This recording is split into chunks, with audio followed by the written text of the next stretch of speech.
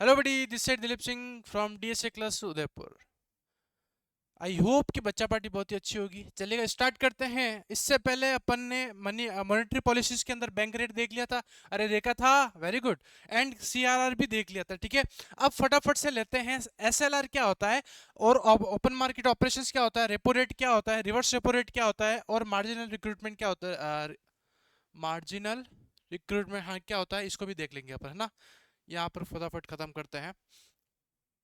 ध्यान रखना, इस बैंकिंग वाले चैप्टर के अंदर जो टर्म्स है क्या है, इस बैंकिंग वाले चैप्टर्स के अंदर जो टर्म्स है कौन कौन सी टर्म्स है, जैसे कि बैंक रेट क्या होता है, सीआरआर क्या है, एसएलआर क्या है, रेपो रेट क्या है, रिवर्स रेपो रेट क्या है। ये कुछ टर्म्स है जो बोर्ड पॉइंट ऑफ व्यू से बहुत ज्यादा इंपॉर्टेंट है, ठीक है। ये कुछ टर्म्स लिख रखी है, ये बहुत ज्यादा इंपॉर्टेंट है इस पूरे बैंकिंग सेक्टर वाले चैप्टर्स के अंदर। तो एक तो बैंक रेट क्या होती है, लॉन्ग टर्म के लिए होता है, शॉर्ट टर्म के लिए होता है, ये पता होना चाहिए। कौन पे करता है, क्या आरबीआई पे करती है कॉमर्शियल बैंक को, या फिर कॉमर्शियल बैंक पे करता है आरबीआई को, ये अपने को पता होना चाहिए। सीआरआर क्या होता है, एसएलआर क्या होता है, रेपो रेट क्या होता है, रिवर्स रेपो रेट क्या होता है, ये अपने कॉपी है उस नोट्स बुक्स के ऊपर मार्जिन के ऊपर लिख लेना कि इंपॉर्टेंट टर्म्स है, यहां से क्वेश्चन आ सकता है। आरबीएससी के लिए मैं बोल रहा हूं कि यहां से डायरेक्ट क्वेश्चन पूछेगा, और सीबीएसई वाले भी ध्यान से सुन लेना, यहां से क्वेश्चन आपके एग्जाम में आएगा, मतलब आएगा। तो बात करते हैं सर, ये अपन ने देख लिया था सीआरआर क्या होता है। अब बात करते हैं एसएलआर। किसकी बात करते हैं, एसएलआर की बात करते हैं। स्टेटरी लिक्विडिटी रेशियो क्या होता है, तो ध्यान से सुनना। It refers to the minimum percentage of bank, it refers to minimum percentage of banks total deposit, TD, ठीक है। Total deposit that commercial bank have keep with them in the form of cash and liquidity, या फिर liquid assets, gold silver in it is a fixed by RBI. ध्यान रखना, SLR क्या होता है, SLR का मतलब होता है कि टोटल डिपॉजिट का कुछ पोर्शन, टोटल डिपॉजिट का जब कुछ पोर्शन आप अपने पास में एज अ रिजर्व रखते हो, उस पैसों को बोला जाता है एसएलआर। एक बार वापस ध्यान से सुनना, एसएलआर का मतलब होता है वो पैसा, वो पैसा जो आपको आपके दादाजी यानी कि आरबीआई ने बोल रखा है कि भाई कुछ पैसा तू तेरे पास में रख, तेरे गुल्लक के अंदर रख। अरे भाई अपने पास में गुल्लक होता है, सर होता है।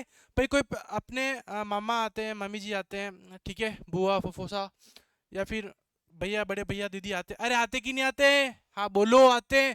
तो आते तो कुछ पैसा देते हैं, तो वो पैसा जो अपन अपने गुल्लक के अंदर रखते हैं और कुछ पैसा अपन अपने पेरेंट्स को दे देते हैं, तो जो पैसा जो अपने गुल्लक के अंदर अपन कलेक्ट करते हैं, अपने पॉकेट मनी के अंदर जो पैसा कलेक्ट करते हैं, उस पैसों को बोला जाता है एसएलआर, उस पैसे को बोला जाता है एसएलआर। एसएलआर का मतलब होता है कि कॉमर्शियल बैंक खुद अपने पास में जो पैसा रखता है एज अ रिजर्व, उस पैसों को बोला जाता है एसएलआर।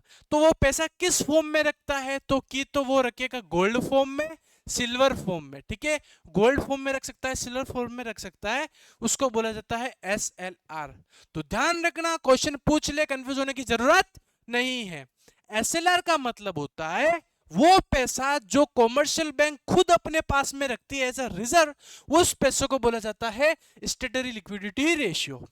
एक बार वापस रीड करते हैं और समझते हैं। It refers to the minimum percentage of bank total deposit, जितना भी पैसा है टीडी, टोटल डिपॉजिट है, that commercial bank have to keep with them in the form of cash और liquidity, या फिर लिक्विड असेट की, तो कैश की फॉर्म में रखेगा। अगर कैश की फॉर्म में नहीं रख सकता तो कुछ असेट्स के लिए, कुछ लिक्विड असेट्स के फॉर्म में रखेगा, उसको बोला जाता है एसएलआर। अरे क्या बोला जाता है, एसएलआर। आज खुशी की बात यह है, रिकॉर्डिंग भी चल रही है, साथ में ऑफलाइन भी बच्चे आ गए। बोले कि सर हमको तो, हम तो आप जहाँ पढ़ोगे वहीं पढ़ना है। मैंने बोला बिल्कुल। तो कुछ जुनून आए हैं, हाँ बोलना नहीं है, बोलना बिल्कुल पाप है यहाँ पर। अब इन केस ऑफ इन्फ्लेशन, अब मार्केट के अंदर, इकोनॉमी के अंदर क्या है, इन्फ्लेशन है, यानी कि पर्टिकुलर कमोडिटी की वैल्यू कम हो रही है। हाँ गधे, हाँ वेरी गुड। यानी कि इन्फ्लेशन इज एक वो कंडीशन जहां पर इकोनॉमी के अंदर पर्टिकुलर प्रोडक्ट की वैल्यू, अरे इंक्रीजमेंट है, वैल्यू बढ़ रही है, उसको बोला जाता है इन्फ्लेशन। तो एसएलआर इंक्रीज हो रहा है, एसएलआर इंक्रीज हो रहा है, तो मनी सप्लाई क्या हो जाएगी, डिक्रीज हो जाएगी, वो सीधा सा कंसेप्ट है। और डिफ्लेशन के केस में क्या हो जाएगा, डिफ्लेशन यानी कि रेटें कम हो गई है, ठीक है। तो उस केस में अगर एसएलआर आपका डिक्रीज कर रहा है तो मनी सप्लाई को क्या कर देंगे भाई, इंक्रीज कर देंगे। क्या कर देंगे, इंक्रीज, ठीक है। It can be maximum 25% of total deposit, यानी कि जितना भी आपका टीडी है उसका कितना परसेंट रखते हैं अपन, 25%। कितना रखते हैं सर, वो रखते हैं अपन टीडी का 25% मैक्स, इससे ज्यादा नहीं रख सकते, ठीक है। 25% जो अपन रखते हैं टीडी का। अरे टीडी का क्या मतलब होता है सर, आप बोलोगे सर ये क्या है टीडी मीडी क्या कर रहे हो। अरे टीडी का मतलब होता है टोटल डिपॉजिट। अरे क्या होता है, टोटल डिपॉजिट बेटा। यहाँ पर आपको कंसेप्ट पता होना चाहिए और मीनिंग पता होना चाहिए, सफिशिएंट है। कंसेप्ट पता है कि एसएलआर का मतलब वो पैसा जो कॉमर्शियल बैंक अपने पास में रखती है खुद अपने गुल्लक के अंदर, उसको बोला जाता है एसएलआर। और इसकी डेफिनेशन पता है, सफिशिएंट है। अरे कोई नहीं काटेगा मार्क्स, मैं बोल रहा हूं, मैं खड़ा हूं आपके लिए। अब इसके बाद में पढ़ लेते हैं अपन रेपो रेट। इसको अच्छे से समझना, ये भी एक अच्छी टर्म है। रेपो रेट क्या होता है, it is the rate of interest, ROI,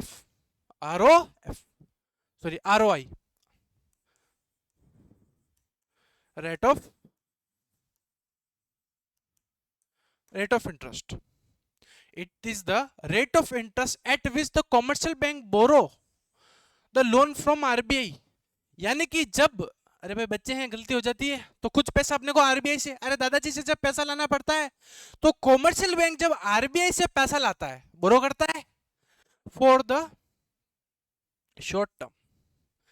ध्यान रखना, जब कॉमर्शियल बैंक पैसा लाता है, बोरो करता है कहां से, अरे दादाजी से। तो जब कॉमर्शियल बैंक दादाजी से जब पैसा लाएगा, बोरो करेगा फॉर द शॉर्ट टर्म, यानी कि 1 साल से कम। अरे 1 साल से कम के लिए, 3-4 महीने के लिए, 5-6 महीने के लिए जब पैसा लाएगा, उस पैसों को क्या बोला जाता है, तो सर उस पैसों को बोला जाता है, वो बोला जाता है रेपो रेट। अरे क्या बोला जाता है, उस पैसों को बोला जाता है आपका रेपो रेट। अरे क्या बोला जाता है, रेपो रेट। रेपो रेट क्या होता है, वो पैसा जो कमर्शियल बैंक बोरो करता है कहां से, अरे आरबीआई से, उस पैसे को बोला जाता है रेपो रेट। तो it is the rate of interest at which commercial bank borrow the loan from RBI against the securities for short term. In case of inflation, inflation के केस में रेपो रेट को क्या कर देंगे अपन, increase कर देंगे, और डिफ्लेशन के अंदर हमेशा कम कर देंगे। एक ट्रिक बताता हूं आपको, हमेशा इन्फ्लेशन के अंदर इंक्रीजमेंट देखना, और डिफ्लेशमेंट इसमें डिफ्लेशन के अंदर रेट कम होती है, ठीक है। फिर रिवर्स रेपो रेट, एक तो है रेपो रेट, एक है reverse repo rate. Repo rate क्या होता है, जब कॉमर्शियल बैंक पैसा लाता है कहां से, आरबीआई से। अरे दादाजी से पैसा लाता तो है, लेकिन शॉर्ट टर्म के लिए जब पैसा लाता है उसको बोला जाता है रेपो रेट। और पढ़ते हैं अब रिवर्स रेपो रेट क्या होता है, it is the rate at which commercial bank invest their surplus fund. हाँ खूब पैसा है, हम बच्चे भी तो कभी बड़े बनेंगे, तो अब दादाजी के पास में जाएंगे, कहाँ जाएंगे, दादाजी के पास में, और क्या बोलेंगे, देखना सुनना, it is the rate at which commercial bank invest their surplus fund.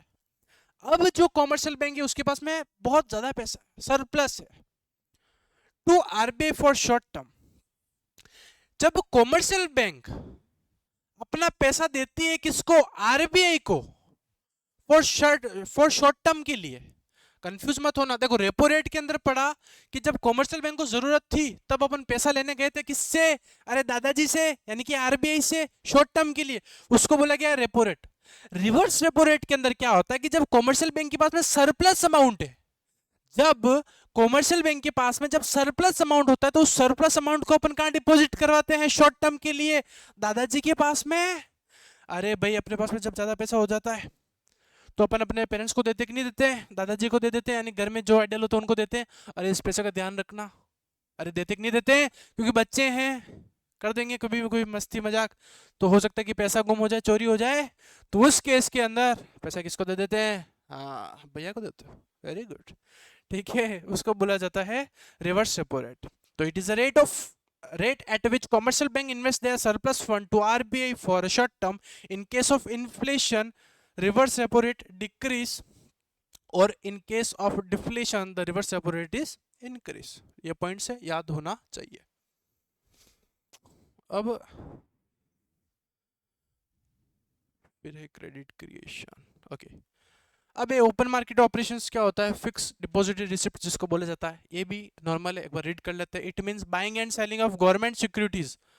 ठीक है, जब गवर्नमेंट सिक्योरिटीज को अपन बाइंग एंड सेलिंग करते हैं, ट्रेड करते हैं बाय आरबीआई, जब आरबीआई करती है कहाँ पर? ओपन मार्केट के अंदर, उसको बोला जाता है ओपन मार्केट ऑपरेशंस। ठीक है, ये कहीं कहीं मनी सप्लाई को क्या करती है? इफेक्ट करती है। Buying of securities by people from commercial bank on behalf of RBI control inflation as excess money, or a selling of securities by people to commercial bank on behalf of RBI to control deflation। ठीक है, इस point को normal read कर लेना। ठीक है, चलेगा।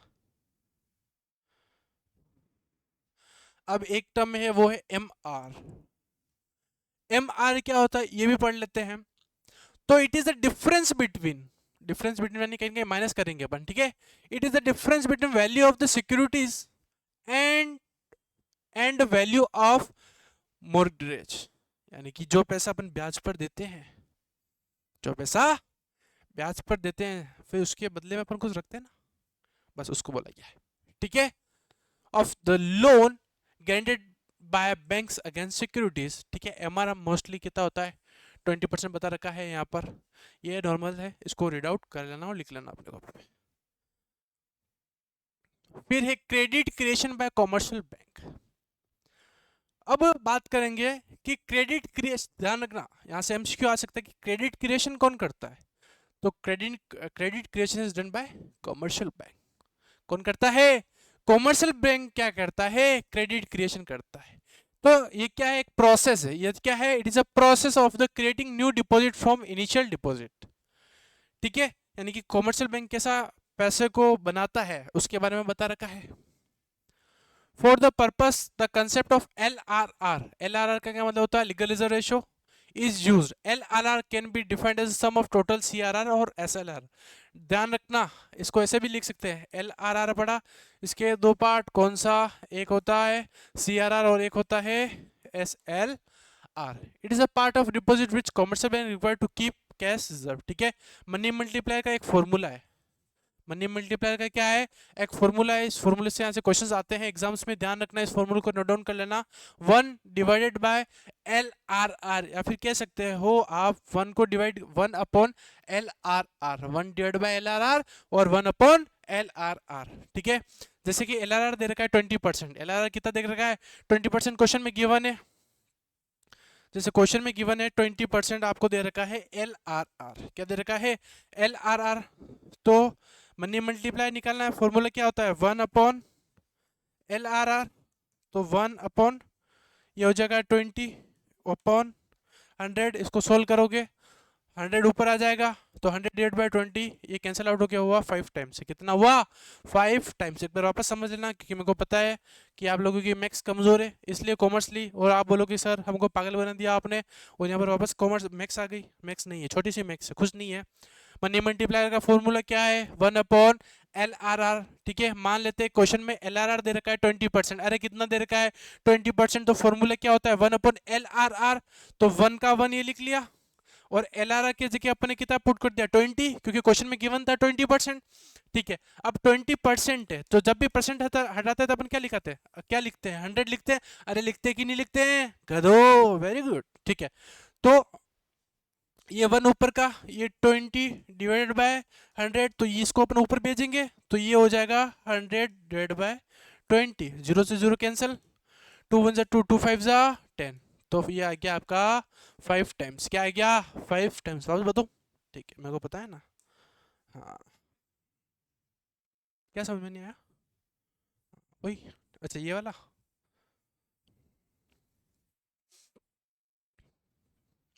हाँ, तो नहीं आया इसलिए तो आप ट्यूशन आते हो ना भाई, क्या आने की जरूरत है भाई? सब चीज़ें तुमको आती होती। हाँ, तो आज हमको कौन पूछता? क्या गलत बोल रहा हूँ क्या? मैं गलत बोलता ही नहीं हूँ भाई, हर चीज़ तुमको पता होती तो आज ट्यूटर्स की क्यों रिक्वायरमेंट थी? कहीं का इशू आ रहा था तभी। ठीक है, देखो बेटा, फॉर्मूला है मनी मल्टीप्लायर, क्या हो रहा है इसको?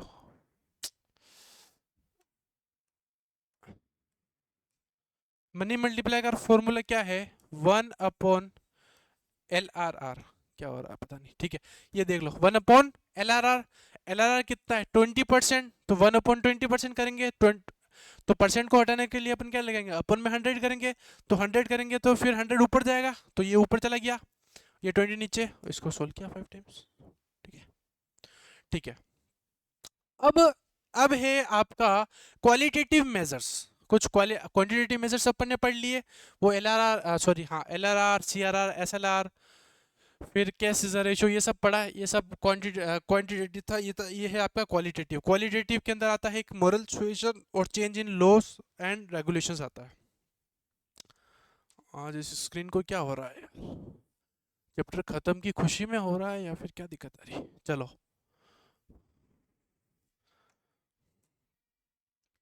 तो क्वालिटेटिव मेजर्स ऑफ मनी के दो पोर्शन में अपन डिवाइड कर रखा है, एक तो है moral suasion and the change in laws and regulations. It includes those measure which influence money supply not by quantity but by quality which includes, ठीक है। इससे पहले जितने मेजर्स पढ़े थे यहाँ पर ऊपर लिख लेना, यहाँ पर आई थिंक नहीं लिख रखा है ना, हाँ। जो आपका बैंक रेट है, CR कैश रिजर्व रेशियो है, SLR है, ओपन मार्केट ऑपरेशन है, ये सब क्या है आपका मार्जिन MR है, रेपो रेट है, RRR रिवर्स रेपो रेट वाला, ये सब आपका है क्वांटिटेटिव मेजर्स। और ये है क्वालिटेटिव मेजर्स के दो पार्ट होते हैं, मॉरल सुएशन और change in law of regulations, ठीक है। ये इतना इंपॉर्टेंट नहीं है बट तो भी क्वेश्चंस आता है, तो नॉर्मल रीड कर लेते हैं। It means the access of government policies, rules, regulation etcetera to control money supply, such actions is taken by RBI, it's called moral suasion, ठीक है।